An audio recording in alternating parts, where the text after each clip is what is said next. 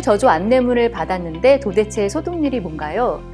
원장님들 세금 신고 혹시 해보셨으면 저희 재무제표 그중에 혹시 손익계산서 보셨을 겁니다.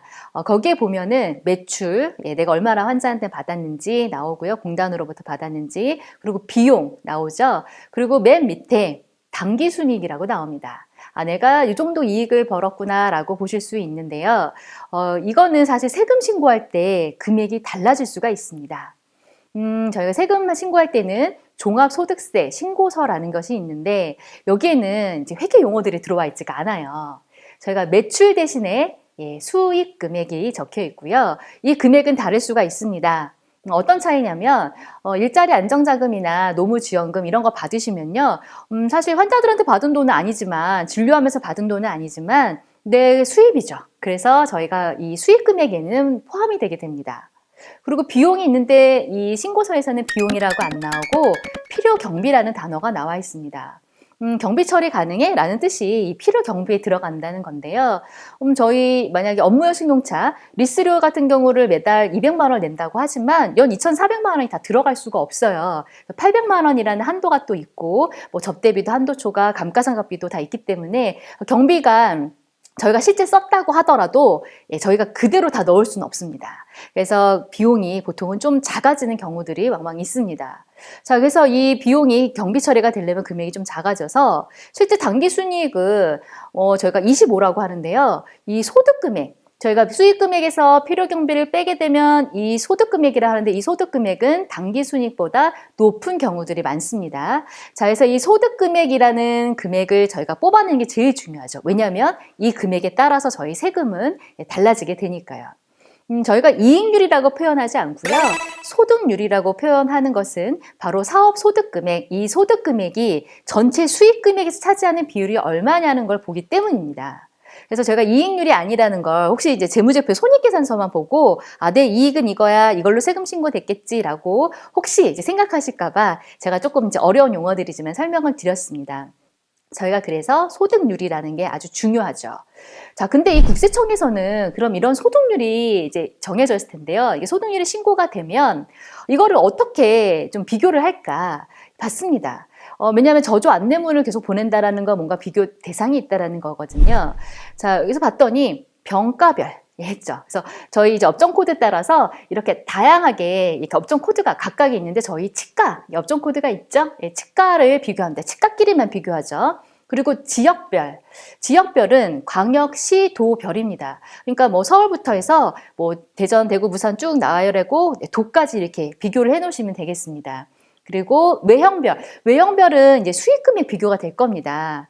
왜냐하면 매출이 3억인데랑 30억인데랑 같이 비교를 한다는 건 좀 어렵거든요. 그래서 이렇게 외형이 좀 비슷한 곳들과 같이 이렇게 비교를 하는 거죠.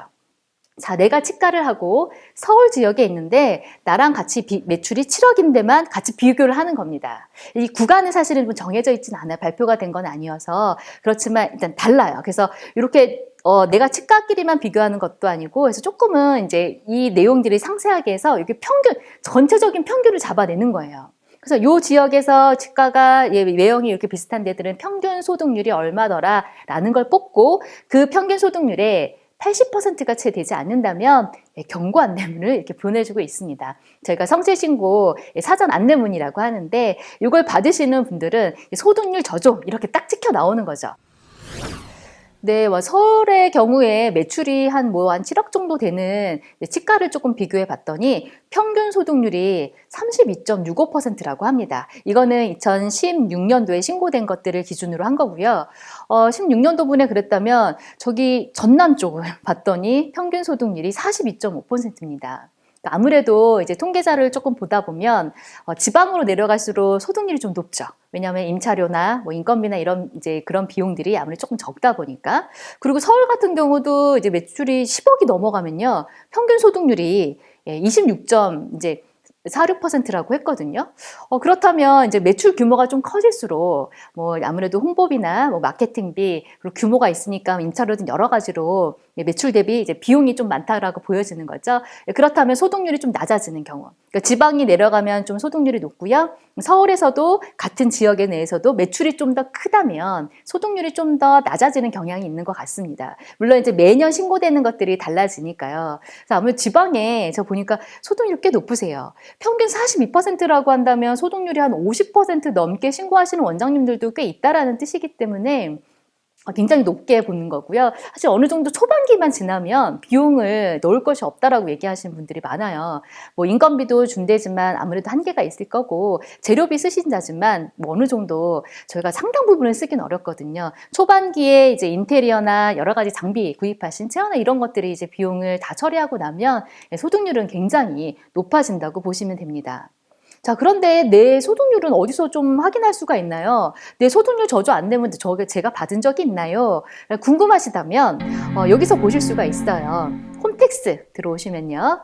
조회 발급이 있습니다. 조회 발급을 찍으시고 여기 종합소득세 신고 도움 서비스라는 게 있어요. 그래서 여기를 한번 누르시면 내가 받은 경고 안내문, 성실신고 사전 안내문이라고 해서 나온 것들이 있습니다. 없다면 좋은 거고요. 있다면 얼마나 정도나 내가 다른 데들 얼마 하는지 같이 비교해서 금액을 비율을 다 올려줬기 때문에 같이 한번 보시는 것이 좋습니다. 국세청에서는요, 지금 이제 완전한 정말 많은 빅데이터가 쌓여 있어서 이런 거 비교하는 건 사실 일도 아닐 겁니다. 그래서 소득률 저조 안내문을 받은 거는 물론 이제 어떤 데이터에 의해서 내 개인 상황을 전혀 고려하고 있지 않고 낯을 보내준 거예요. 그렇지만 참고를 안 할 수는 없죠. 왜냐하면 뭐 이걸 받는다고 조사가 나오거나 그러진 않습니다. 바로. 그런데 뭐 4년 연속, 5년 연속 계속해서 소득률 저조 안내문을 받으셨다면 다른 사람들은 이렇게 하는데 왜 이 측간이 이렇게 소득률이 낮을까? 한번 그냥 보고 싶을 거 아닙니까? 그래서 그런 대상자들에 되는 게 사실은 좀 불편해지는 거예요. 그래서 안 받으면 좋겠다라고 해서 연장자들이 내가 좀 이게 내 신고 소득률을 좀 관리를 해 가시면서 좀 다른 데도 평균도 좀 보시면서 거기에 따라서 좀 신고하는 어떤 센스가 좀 필요하지 않을까 싶습니다. 저조 안내문들 혹시 받으신 분들은 소득률에 대한 이해를 좀 더 하시고 다른 데와 좀 비교해 가시면서 같이 이번 신고에서도 좀 참고하셨으면 좋겠습니다.